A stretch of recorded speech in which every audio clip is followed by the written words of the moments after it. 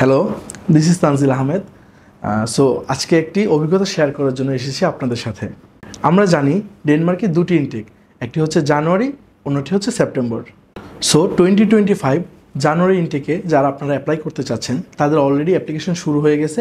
আপনারা জুলাই, আগস্ট এবং সেপ্টেম্বর পর্যন্ত ডেনমার্কের বিভিন্ন ইউনিভার্সিটিতে অ্যাপ্লাই করতে পারবেন। এই সময়টার মধ্যে আপনারা অবশ্যই একটু কনফিউশনের মধ্যে দিয়ে যাচ্ছেন যে কোন ইউনিভার্সিটিতে অ্যাপ্লাই করবেন, কোন সাবজেক্টে অ্যাপ্লাই করবেন, আপনারা নিজেরা অ্যাপ্লাই করবেন না কোনো এজেন্সির দ্বারস্থ হবেন।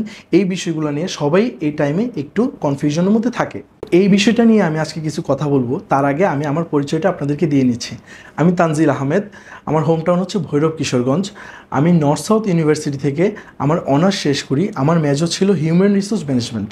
ডেনমার্ক যেহেতু আমার প্রথম টার্গেট ডেস্টিনেশন ছিল হাই স্টাডিজের জন্য, সো আমি প্রথমে যে কাজটা করি সেটা হচ্ছে আমি আমার আইএলটিএস পরীক্ষাটা দিই, যেটাতে আমার ওভারঅল স্কোর ছিল 7। এরপর আমিও আপনাদের মতো এই কনফিউজিং সময়ের মধ্যে দিয়ে যাওয়া শুরু করি যে আমি নিজে অ্যাপ্লাই করব নাকি এজেন্সির মাধ্যমে অ্যাপ্লাই করব। সো এই বিষয়গুলো নিয়ে আমিও শিওর ছিলাম না কি করব। ওই প্রেক্ষাপটে আমি বিভিন্ন ফেসবুক গ্রুপ, ডেনমার্কের বিভিন্ন গ্রুপ এবং ইউটিউবের বিভিন্ন ভিডিও মাধ্যমে বিভিন্ন রকমের ইনফরমেশন কালেক্ট করার চেষ্টা করি। সো তখন আমি বুঝতে পারি যে আমার একজন এক্সপার্টের প্রয়োজন। এক্সপার্ট খুঁজতে গিয়ে আমি বিভিন্ন এজেন্সির খোঁজখবর নিতে থাকি, যার মধ্যে একটি ছিল এফএস গ্লোবাল মাইগ্রেশন।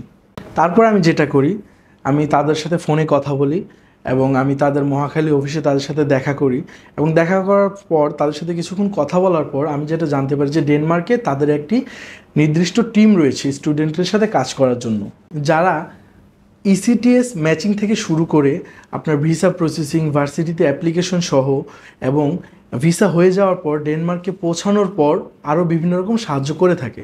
আপনারা যারা এখন এই কনফিউজিং সময়ে রয়েছেন, সো আমি তাদেরকে সাজেস্ট করব যে আপনারা এফএস গ্লোবালের সাথে যোগাযোগ করতে পারেন এবং আমি আশা করি আমার সাথে তারা যেভাবে কাজ করছে আপনাদের সাথেও খুব নিখুঁতভাবে তারা কাজগুলো করে দেবে। So thank you so much. আমার জন্য দোয়া করবেন। Take care. আল্লাহ হাফিজ।